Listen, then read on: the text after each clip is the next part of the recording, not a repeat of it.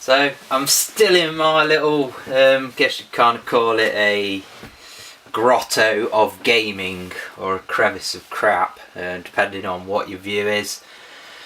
So everything's off the top of my head today, or tonight, this evening, whatever you want to call it. And yeah, basically my channel is Street, like a Street PSP. Absolutely diabolical. It's got Street in the name, and it's not as good as the real thing. But hey, at least I got fucking Wi-Fi. PSP Street don't got Wi-Fi because it's fucking shit. So the reason for this video is it was Christmas recently. You may have noticed or not, depending on whether you've been in a crevice of crap, pardon me, for like the past month. So I just wanted to go through the games that I've played so far, the current gen games, the retro games I've played over Christmas. I've done videos on all of them, so we don't need to see them, we already know about them. So I thought I'd just go through these games and yeah, give you my impressions. So up here, Sonic Generations. Now the thing with this game was, it starts off Green Hill Zone and you're like, wow, yeah, great. And then the levels just, for me, drastically tail off. I don't know whether it gets better towards the end, but you just get all these levels that weren't in, to my knowledge, the first three Sonic games. You get all these fucking things that kind of remind me of stuff off Sonic Adventure and Jet Set Radio. I don't know what games are out of, whether it's Colours, bloody Shadow the Hedgehog, God knows what.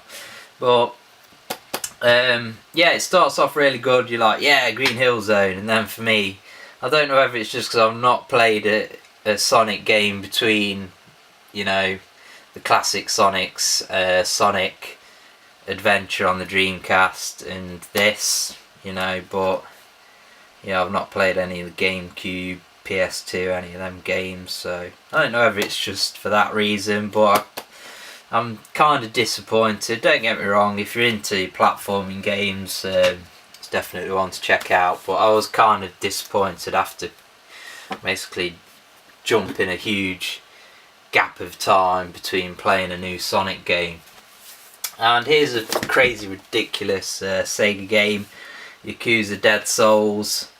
I quite enjoyed it. I didn't find that the game, like the almost a bit last gen the way it's put together. You know, it's got like new gen graphics, new gen, you know, current gen, should I say, gameplay, but the cutscenes and just the way everything loads, and it just doesn't seem like a seamless experience that you expect from a current gen game.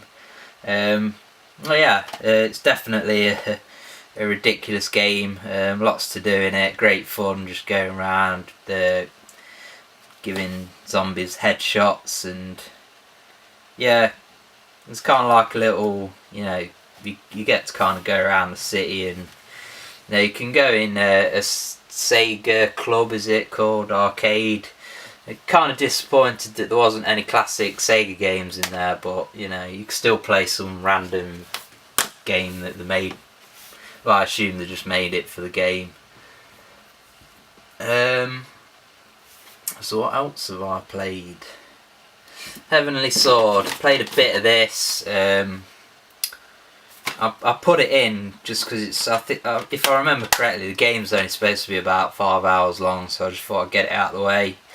Put it in, and oh, it's got, you kind of forget about the feature, but it's got 6-axis features in it where you have to like guide a fucking catapult something, and then you can give it aftertouch, and oh, it's just horrible.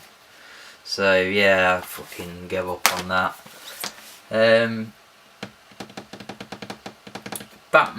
Arkham City, I didn't actually play the disc version because I kind of ordered this before I got PlayStation Plus, so I downloaded it on PlayStation Plus and I've played that. Excellent game.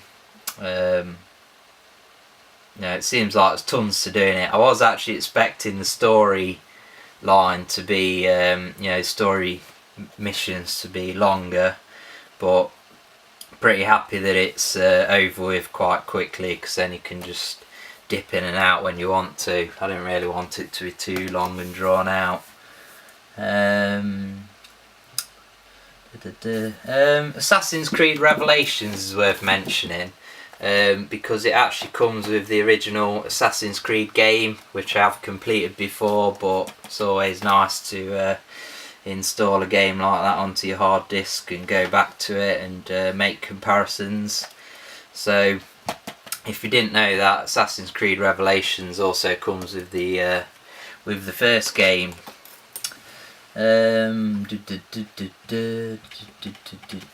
Sleeping Dogs.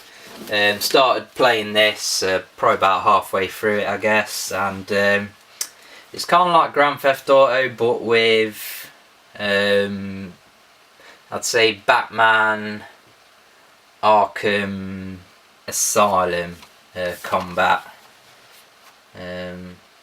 It's pretty solid game. If you're into your Grand Theft Auto games, then it's worth checking out. Although it kind of reminds me of them, what were the, True Crime Streets of LA games and True Crime Streets of New York. It's better than them, but it kind of gives me that vibe. Whenever anyone does a GTA style game, it tends to kind of always feel like a cheap copy, no matter how good it is. Max Payne 3, this is an epic game. I'm not usually a big fan of storylines in games, but great storyline, and there's not many cutscenes in it. The story's kind of told as you're playing the game, like Max is talking to himself in his head and stuff. And it's a great storyline. It's definitely kind of like the storyline of my kind of movie, so that was good fun playing through that. Completed that as well.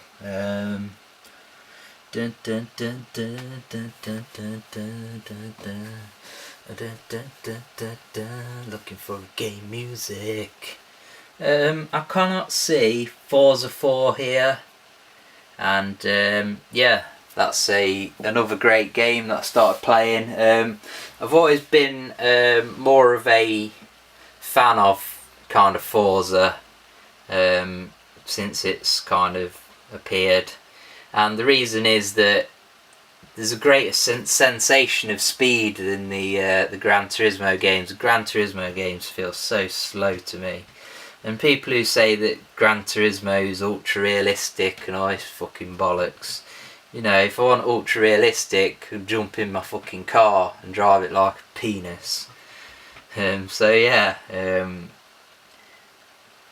Can't beat a bit of the old Forza 4. So thinking back to what's on PlayStation Plus, I completed Bulletstorm. That's a great game that's worth checking out. It's a solid first-person shooter. It's got its own kind of gameplay elements, included in with it, and I enjoyed playing that. Little Big Planet 2, I was surprised by that. Some of you may know I'm not a big platformer fan, and it's definitely a great game. Motorstorm Apocalypse is just like fucking Need for Speed on crack. It's just ridiculous. It's great fun. It's better than the first two games, definitely. Way more playable, more forgiving, I'd say. What else is on PlayStation Plus?